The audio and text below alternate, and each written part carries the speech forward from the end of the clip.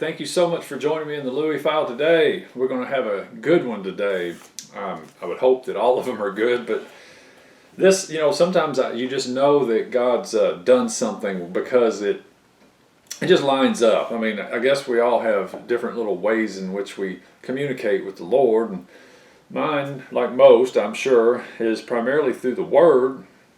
And when you start to get on to something, some kind of thought or message or word or passage or subject matter, whatever it might be, what happens with me is that all of a sudden I'll think of a verse, something will come to me, I feel like God's showing me, and then all of a sudden He just shows me how it all connects in various different places, and next thing you know, there it is, we've got what we need to talk about. So today, that's exactly what happened, and today what we're going to do is we're going to do a little search into how God chooses the foolish things. This is very near and dear to me because this my very first experience really understanding the Scriptures came with these very words. And we'll get to that in a minute. But for now, if you have a Bible and you want to follow along, look in Matthew 11. We're going to read verse 25 through 27. And this is so great. So this is Jesus himself. Most of his run-ins, most of his troubles, difficulties, challenges, arguments, and debates, they took place with the very well-educated religious leaders of his day. They were having a real difficult time with Jesus because, for all practical purposes, he was just a very common man. He was not wealthy. He was not sent to the greatest, schools. His dad, his father, his earthly father was a carpenter. I mean, I'm assuming he had very meager means. He was from a small town. Nothing about his earthly expression, at least not on the face value, had anything that made you think, well, this is going to be a great man. So he always was a confounding subject matter to the well-educated of his day. Not unlike today, where people get jobs and they didn't go to college for enough years, or they get some position in a company or position of leadership with people, and the people that have spent their whole lives studying in the prestigious colleges look and scratch their head and they go, well, why are they listening to him? He doesn't have the degree. And that's exactly what happened with Jesus time and time again. So Jesus' response here is so great. Matthew 11, let me just read these verses, 11, 25 through 27. It says, "At that time Jesus said, I praise you, Father, Lord of heaven and earth, that you have hidden these things from the wise and intelligent and have revealed them to infants. Yes, Father, for this was well-pleasing in your sight. All things have been handed over to me by my Father, and no one knows the Son except the Father, nor does anyone know the Father except the Son, and anyone to whom the Son wills to reveal him." There's a lot to learn here. So Jesus is excited because the ones that don't seem to be so educated, the infants, the children, the ones that are not so book smart maybe, are grabbing ferociously onto Jesus and his words. And he's saying, thank you, Father, for revealing this to them. I think he got excited that the ones that are wise in the world were not getting it, and the infants were getting it. And it says in verse 26 that it's well-pleasing in the Father's sight. So that gives me a little hint. That tells me that maybe the Father... now, I'm not saying it's wrong or bad to get educated. Don't misunderstand me. But the real wisdom doesn't come through the university. The real wisdom comes through Jesus revealing the Father to you. That's where the real wisdom comes from. Don't ever forget that. So study all your books. I love reading books. I love studying. So it's not a wrong thing. So don't, on the front end, don't misunderstand that. But he's saying that the Father had revealed or handed everything over to the Son, and no one can even know the Father except the Son and anybody that he chooses to reveal him to. So this tells me that wisdom would mean we seek the Son, S-O-N. We seek him, and that he will reveal to us what needs to be revealed. That's exactly what we find. Now we move ahead in Luke 24. Luke 24, toward the end of the Gospel of Luke, we have, to me, it was an amazing statement here. But let's read Luke 24, 44, and 45. It says, "Now he said to them," this is Jesus, "These are my words which I spoke to you while I was still with you, that all things which are written about me in the law of Moses and the prophets and the Psalms must be fulfilled." Look at this verse, Luke 24:45. It says, "Then he opened their minds to understand the scriptures." I just love that verse. You and I can read the Bible, we can read scriptures, we can read all kinds of things, but if Jesus Christ himself doesn't open our minds, which, is like giving revelation, I guess is what you could say, to us, then we're never really going to have what God would call understanding. We can parrot and quote and repeat all kinds of things, but real wisdom, real understanding comes from within, the mind of the Spirit within you, Christ in you, showing you, enlightening you in that direction. I've often said this, when God shows you something, you will never forget it. You could watch, I got hundreds of Louie file videos on YouTube. I would encourage you to check them out. Some of them are several years old now, but you know what? The truth never changes. But here's what I wanted to say. You can listen to me say a lot of things, but it's really when God himself speaks to you through these videos. That's what I'm after. That's what I pray that God would do with these videos. It's not to say, well, Louie taught me or Louie said. I mean, in a secondary sense, that's true. But what my goal and my role and goal is to hook you up to Jesus, who will hook you up with the Father, because he's the one that does the real teaching. He's the teacher in the teacher. All right, so now let's look at a real live example here as we move into Acts chapter 4. There's a story here about Peter and John, the disciples of Jesus. Of course, this is after the cross, after the resurrection, after the Holy Spirit was poured out at Pentecost, and the first disciples were charged up, let's say, by the heavenly Spirit of Christ himself. They go out and start preaching Jesus, and people are getting healed, and the religious leaders, the same ones, in fact, that were giving Jesus such a hassle prior to this, are now turning their attention to the disciples, because they thought that when they got rid of Jesus, that they didn't really get rid of him, but they thought when they had him crucified and buried that their problem would go away. Well, it just multiplied, actually, which is exactly what Jesus said. He said, unless a grain of wheat falls into the ground and dies, it just remains alone. But if it does fall into the ground and die, it will bring forth a whole lot of fruit. It's going to multiply. So when they tried to squash Jesus and the plan God had, they actually caused themselves more grief in the end. So they arrest Peter and John, and they start telling them, you can't be doing this. But they don't really know what to do with them, so they really struggle with them. And so look in Acts 4, look at verse 13. It says, "Now as they observed the confidence of Peter and John, and understood that they were uneducated and untrained men, they were amazed, and began to recognize them as having been with Jesus." Now, I wrote on my little notepad here, because I use a New American Standard. King James sometimes uses words I think just kind of work better, but they were ignorant and unlearned, I think is the way the King James puts it. So in other words, they hadn't been to school, and they hadn't been trained properly in the school of the Pharisee or the Sadducee or whatever other denominational camp that there might have been. But even though they hadn't had the right training and education, what really was the point was they perceived, they realized, they recognized these guys have been with Jesus, because they're acting just like him. I would much rather someone say, Louie, I can tell that he's been with Jesus, way more than, I can tell he's very educated. I can tell he knows the Word. I want them to say that he knows the Word, meaning he knows Jesus.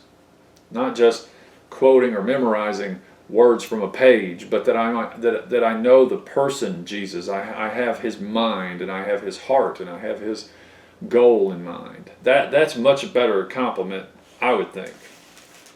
So now let's look in 1 Corinthians chapter 1. This is where I fit into this scenario.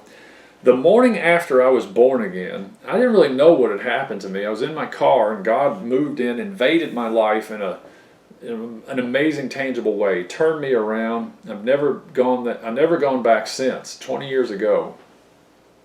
But the first morning, when I opened up my Bible and I was trying to discover, I was like, what can I see in here? What can I learn? What happened to me last night? I didn't know where to start. So I just opened my Bible in a seemingly random fashion, and the Bible opened at 1 Corinthians, and God began to speak. He began to reveal himself to me in a way that I had never known him, and I started to understand the actual scriptures, the words on the page, in a brand new, enlightened kind of manner. And pretty quickly in chapter 2, I realized that it was because the Holy Spirit had come into my life. And without him, we just can't know the things of God. That's what it tells us. But before I got to that point, in the first chapter of 1 Corinthians, I got several verses here. So I want to kind of cherry pick them, actually, because I don't want to sit here and just read this whole thing. But I would tell you to read 1 Corinthians 1, 18 through 31, if you want to get the whole scenario. But what I want you to see, look at 1 Corinthians 1, verse 26. It says, "For consider your calling, brethren, that there were not many wise according to the flesh, not many mighty, not many noble. But God has chosen the foolish things of the world to shame the wise. And God has chosen the weak things of the world to shame the things which are strong. And the base things of the world and the despised God has chosen, and the things that are not, so that he may nullify the things that are, so that no man may boast before God." That pretty much cleared it up for me. I realized, because I had been in addiction, active, unbelievable addiction for approximately 15 years. Alcohol, pills, pot, you name it. I was doing all kinds of foolish things. And I was ignorant and unlearned about what life was really all about. So he's asking the question here to the Corinthians. He's saying, consider your calling, consider your lot in life, the one to you who have Christ now in you. You weren't the greatest, you weren't the shining star of your day. You're not the most educated or the most popular, but you're actually probably foolish in the eyes of the world. You know, and when I saw that, I was ready to admit that. I was quick to admit it. I knew that was true. So, and I looked up foolish. He chose the foolish things, and essentially it just says dull or stupid. And then it says, as if shut up, heedless, blockhead, absurd. Now, I'm not calling you those things, but I'm willingly saying I was one of those things. I was a blockhead. I was heedless. I didn't listen to wisdom. I went my own way. I thought I had it figured out. I was a blockhead, you know, and it says, as if shut up. You know, that was one of the things that my wife really struggled with in my days pre-Christ, because I just wanted to get high and drunk, and essentially I stopped communicating. I just kind of shut down in every way possible. I shut down mentally, physically, and I just really kind of wanted to curl up and disappear. Now, it was just the fullest expression of lostness, despair, hopelessness, depression. That's where I was at. And it's really a dark place. So I totally get this definition. Dull, as if shut up. Heedless. Just not wise. But thankfully, God chooses those people. Jesus said, I thank you, Father, that you revealed yourself and your wisdom to the infants. The religious leaders in Acts, they said, well, they were ignorant and unlearned, but we could tell they've been with Jesus. So this is a okay place to be. Foolish in the eyes of the world is not a bad place, because that means you're wise to God. Because in 1 Corinthians 1:27, God has chosen the foolish things of the world to shame the wise, and God has chosen the weak things of the world to shame the things which are strong, and the base things of the world and the despised. God has chosen the things that are not, so that he may nullify the things that are. He's going to show up and show off in these people that the world doesn't expect it to come from. The people that don't seem to be that educated or that well liked. The ones that seem to have wasted their life on foolishness, such as addicts. And he does this, 1 Corinthians 1:29, so that no man may boast before God. See, we have nothing to brag about when we're in God's presence. No one's going to stand one day in heaven and go, God, why are you here? Well, this is why I'm here, because I did this, and I did that, and I didn't do that, and I didn't do that. That'd be foolish to the hilt.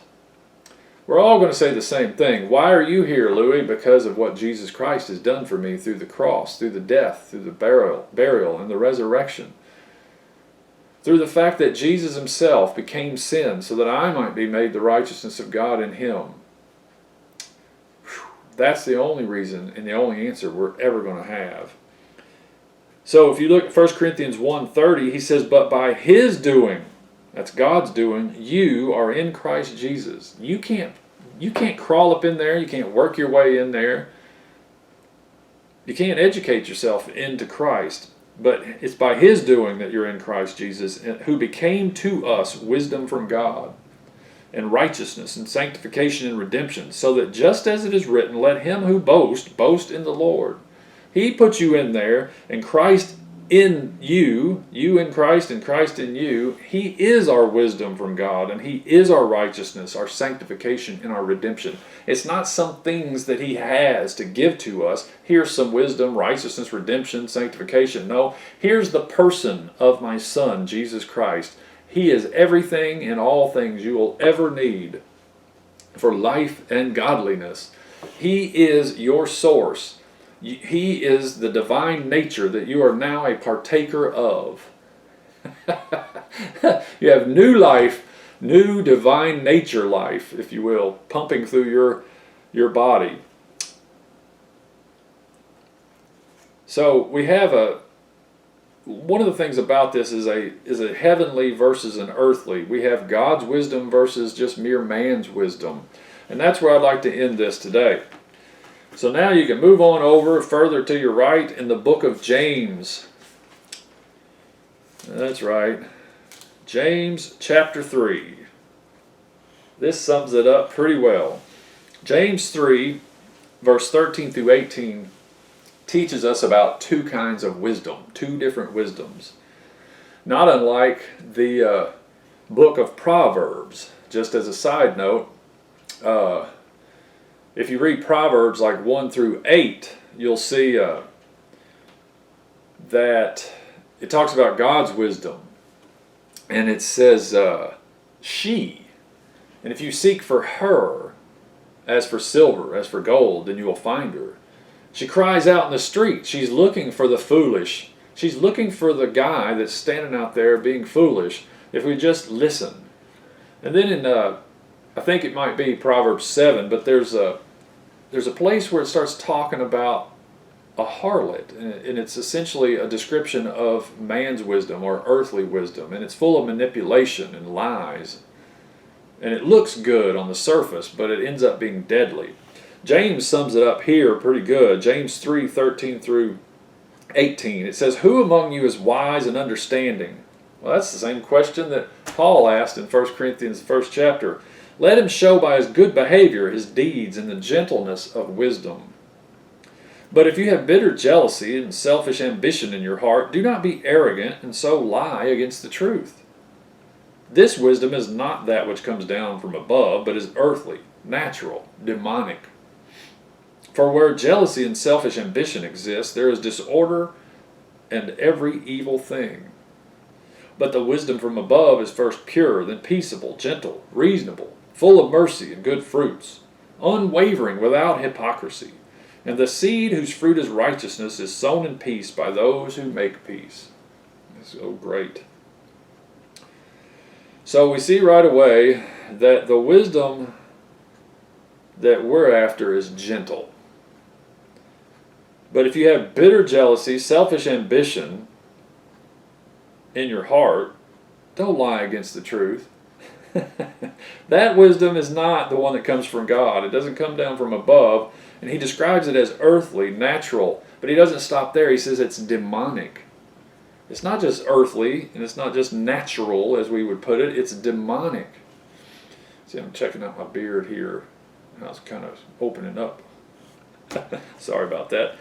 For where jealousy and selfish ambition exist, there is disorder in every evil thing. So there we have a quick idea that God's wisdom isn't jealous, and it doesn't have self-exaltation involved. That creates disorder and evil. It causes division. It causes competition. It causes rivalry. That's the world's way. That's climbing the corporate ladder. You know, I had a friend of mine, he said that the world says, get all you can, sit on the can, can all you get, and then sit on the can. So you gather up whatever you can as if it's yours, and then you store it away, and you just sit on top of it so no one else can get it. That's not God's way. Jesus said, don't worry about what you'll eat, what you'll wear, all that kind of stuff. Just seek His kingdom first and His righteousness, and all that will be taken care of. You don't have to scratch and claw and fight.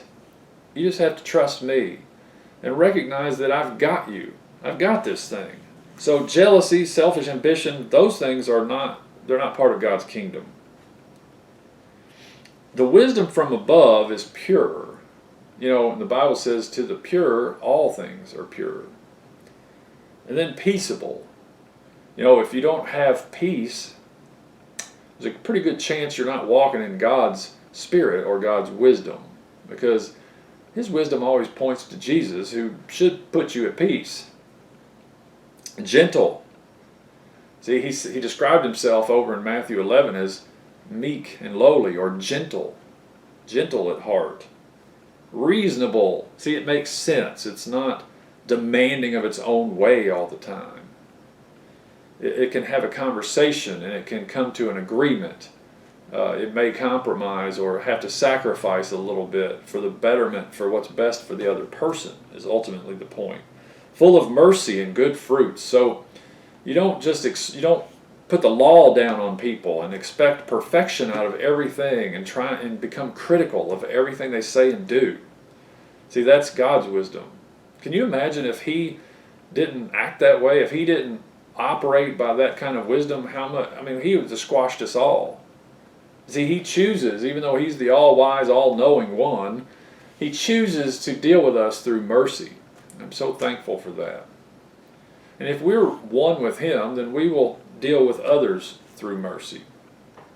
And good fruits, good stuff, positive, love, joy, peace, patience, gentleness, kindness, goodness, faithfulness. I don't know if I said that. Goodness, I said that. Self-control. Those are the things that you'll see in the life of the one walking in God's wisdom. Unwavering. See, it knows what it knows, and it doesn't back off the truth. It's unwavering in that sense. But it's without hypocrisy. It doesn't say one thing and do another. It's honest about itself. It's honest about others, but it doesn't pretend. It doesn't put on a face that isn't really who it is. Lots of people might not like that, but it doesn't really matter. If I'm at peace and if I'm at one with God the Father, and Jesus is revealing Himself to me, showing me this wisdom from above, and I'm walking in that wisdom, then these are the things that we're going to see. So righteousness is going to come through, and there's going to be peace. Oh, so great. So God chooses the foolish things, because the foolish things, the foolish people, are the ones that will best display who He is, because the world will look at the foolish ones and say, I know something's going on over here. It doesn't make sense to me. How could he be doing that? How is Louie doing that? Last time I saw him, he couldn't put two words together. He was unconscious. He was acting like a maniac. And now today, he's at rest and he's at peace, and he seems to be okay with where he's at in life. Even when stuff is falling apart, he doesn't throw a fit. He doesn't run to the liquor store. I can't make sense of this. See, this is because God Himself shows Himself through the things that the world can't educate or learn or discover apart from Him. They just don't get it. It doesn't make any sense. That's what they said of Jesus. Is this not Joseph's boy? Isn't this guy from Nazareth? Anything good come from Nazareth? I think God gets a chuckle out of that. He looks at the world and what they call wise, and he just kind of laughs, I think, because it's foolishness to him. And then the reverse is true. What the world kicks around, God says, he's the one, she's the one that I'm going to show myself. I'm going to reveal myself to them and through them in a way that will be undeniable. And no one will, you'll just eventually have to say, that's God. That's the only thing that could be. So take heart if you're one of the foolish ones, or if you were one of the foolish ones, because God's got wisdom for you. All you got to do is seek after her as much as you've been seeking after money, fame, wealth, drugs, sex, whatever other fleshy exercises you've been involved in and sinful habits, whatever you've sacrificed and given yourself to in the past. If you take that same fervor and you turn your heart and your mind to wisdom, watch out, because God will blow your mind. He'll do things in you and through you that you never thought possible. All right. Thanks for your time. I hope you'll join me on the next installment of the Louie File. I'll see you then.